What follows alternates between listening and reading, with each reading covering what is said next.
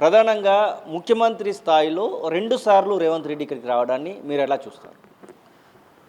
అంటే ఎవరైనా సరే విశ్వవిద్యాలయాలు ఆర్థికంగా పరిపుష్టిగా ఉండి బోధనలో పరిశోధనలో సంపూర్ణంగా వారి కృషి ఉండాలంటే ఖచ్చితంగా రాష్ట్ర ప్రభుత్వం ఆధీనంలో ఉన్నటువంటి విశ్వవిద్యాలయంలో రాష్ట్ర ముఖ్యమంత్రి జోక్యం చేసుకోవాల్సిన అవసరం ఉంది.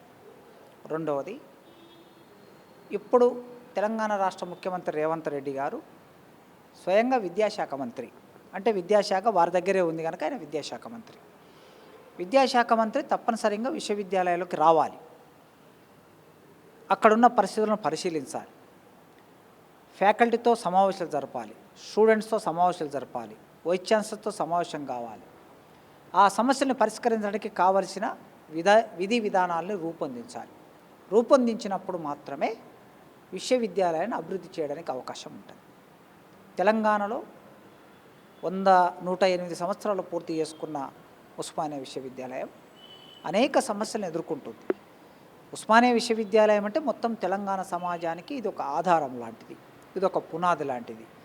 ఆలోచనలకు, పోరాటాలకి, చైతన్యానికి, చదువుకు, పరిశోధనకి, భావాల మధ్య ఘర్షణకి అన్నింటికీ ఇది పునాది లాంటిది. అలాంటి విశ్వవిద్యాలయం మెల్లగా తన వైభవాన్ని కోల్పోతూ ఉంది. ఈ కోల్పోతున్న సందర్భంలో దీన్ని నిలబెట్టవలసిన బాధ్యత తెలంగాణ సమాజం మీద ఉన్నది, తెలంగాణ ప్రభుత్వం మీద ఉన్నది. సంవత్సరానికి ఈ విశ్వవిద్యాలయంలో జీతాల కోసం 830 కోట్లు ఖర్చు అవుతాయి, కానీ ప్రభుత్వం ఇస్తున్నది 530 కోట్లు నుంచి 40 కోట్ల మధ్యన ఉంటుంది. అంటే దాదాపు 300 కోట్లు లోటు బడ్జెట్లో విశ్వవిద్యాలయం నడుస్తున్నది. ఇట్లా ఉన్నప్పుడు ఈ విశ్వవిద్యాలయంలో మంచి బోధన కానీ పరిశోధన కానీ సాధ్యం కాదు. అందుకే గత 10 సంవత్సరాల నుంచి నేను మీ ఛానల్లో కూడా చాలా సందర్భాల్లో మాట్లాడాను. రాష్ట్ర ప్రభుత్వం ఉస్మానియా విశ్వవిద్యాలయానికి 1000 కోట్లు కేటాయించాలి అనే మాట గత 10 ఏళ్ల నుంచి మాట్లాడుకుంటూ వస్తున్నా. అనేక వేదికల మీద మాట్లాడినా, ఛానల్స్తో మాట్లాడినా. స్వయంగా నేనే ఉస్మానియా విశ్వవిద్యాలయం ఆర్ట్స్ కాలేజీ ముందు బ్లాక్ బోర్డు పెట్టుకొని ఒక 300 మంది విద్యార్థులని ముందు కూర్చోబెట్టుకొని నా నిరసన, అంటే యూనివర్సిటీకి నిధులు విడుదల చేయాలి, ఇక్కడ ఖాళీగా ఉన్న ప్రొఫెసర్ పోస్టులు భర్తీ చేయాలని ప్రభుత్వానికి నిరసన తెలియజేయడం కోసం నేను ఓపెన్ క్లాస్ రూమ్ చెప్పాను. 2 రోజులు నిరాదీక్ష చేశాను. ఈ మొత్తం క్రమంలో 1000 కోట్లు కావాలని మేము అడుగుతున్నది, ఈ అంశాన్ని ఒక లాజికల్ ముగింపు ఇవ్వాలంటే రాష్ట్ర ముఖ్యమంత్రి మాట్లాడాలి. అందుకే రేవంత్ రెడ్డి గారి దగ్గరికి మేము యూనివర్సిటీ నుంచి వీసీ గారితో పాటు మేము ఒక ప్రతినిధి బృందం వెళ్ళి రేవంత్ రెడ్డి గారిని కలిసి, మీరు రాష్ట్ర ముఖ్యమంత్రి, మీరు విద్యాశాఖ మంత్రి కనుక మీరు ఓయూకు రావాలి, అక్కడి సమస్యలు చూడాలి, పరిష్కరించాలని మేము చెబితే ఆయన ఆగస్టులో ఈ యూనివర్సిటీకి వచ్చాడు. అక్కడ జరిగిన ట్యాగూర్ ఆడిటోరియంలో జరిగిన ఆ సభ సందర్భంగా వారు ఏమన్నారంటే, నేను ఓయూకు 1000 కోట్లు కేటాయిస్తాను, హామీ ఇస్తున్నా మీకు అన్నారు.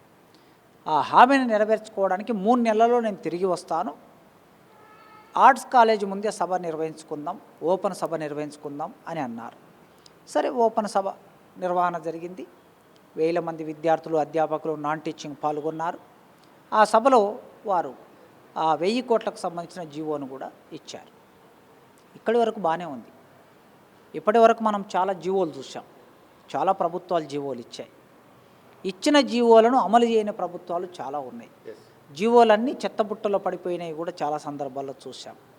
అందుకే రేవంత్ రెడ్డి గారు ముందు కూర్చున్న ఒక 5-6 వేల మంది విద్యార్థులను వారి సమక్షంలో, ఇటువైపు కూర్చున్నటువంటి ప్రొఫెసర్లు, నాన్ టీచింగ్ సమక్షంలో 1000 కోట్ల జీవో గురించి వారు చెప్పారు కనుక వెంటనే ఆ పనులు మొదలు కావాలి. ఆ పనులు మొదలు కావడానికి ఈ నెల చివరాఖరు వరకు శాంక్షన్ ఆర్డర్స్ ఇవ్వాలి అందరికీ. ఆ పనులు చేసే వాళ్ళకి శాంక్షన్ ఆర్డర్స్ ఇచ్చి బడ్జెట్ను అలకేట్ చేయాలి. అలకేట్ చేసి ప్రభుత్వం తలుచుకుంటే 24 నెలల్లో ప్రభుత్వం కన్స్ట్రక్షన్ చేయొచ్చు. ఈ నిధులని విశ్వవిద్యాలయానికి డైరెక్ట్గా ఇవ్వరు.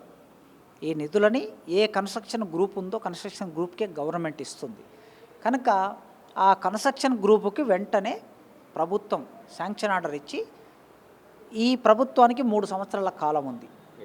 కనుక నేనేమడుగుతున్నా, 2 సంవత్సరాల కాలంలో పూర్తి చేయాలి పనులను పూర్తి చేయాలి.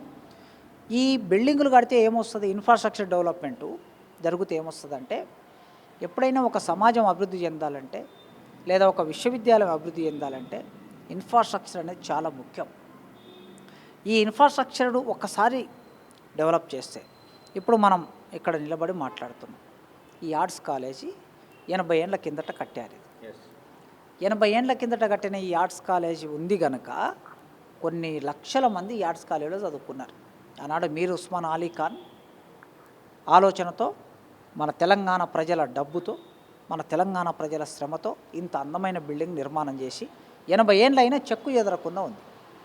ఇప్పుడు రేవంత్ రెడ్డి గారు నిర్మాణం చేయబోయే భవనాలు, ఆ భవనాల్లో ఉంచబోయే ఇన్ఫ్రాస్ట్రక్చర్ ఇంకొక 50 ఏళ్ళకి మన తెలంగాణ విద్యార్థులకి, తెలంగాణ సమాజానికి ఉపయోగపడతాయి.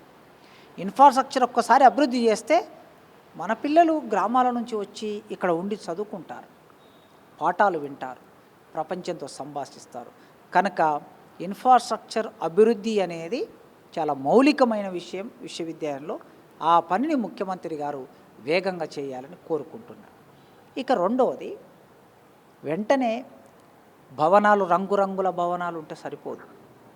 ఆ రంగురంగుల భవనాల్లో విద్యార్థులు కూర్చుంటారు. ఆ కూర్చున్న విద్యార్థులకి బోధించడానికి ప్రొఫెసర్లు అవసరం.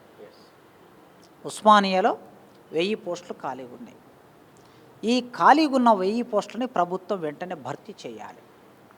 అట్లా భర్తీ చేస్తేనే నాణ్యమైన టీచర్లను భర్తీ చేయాలి. అసలైన తొలి వెలుగు. ఫాలో వాట్సాప్ @తొలి వెలుగు official.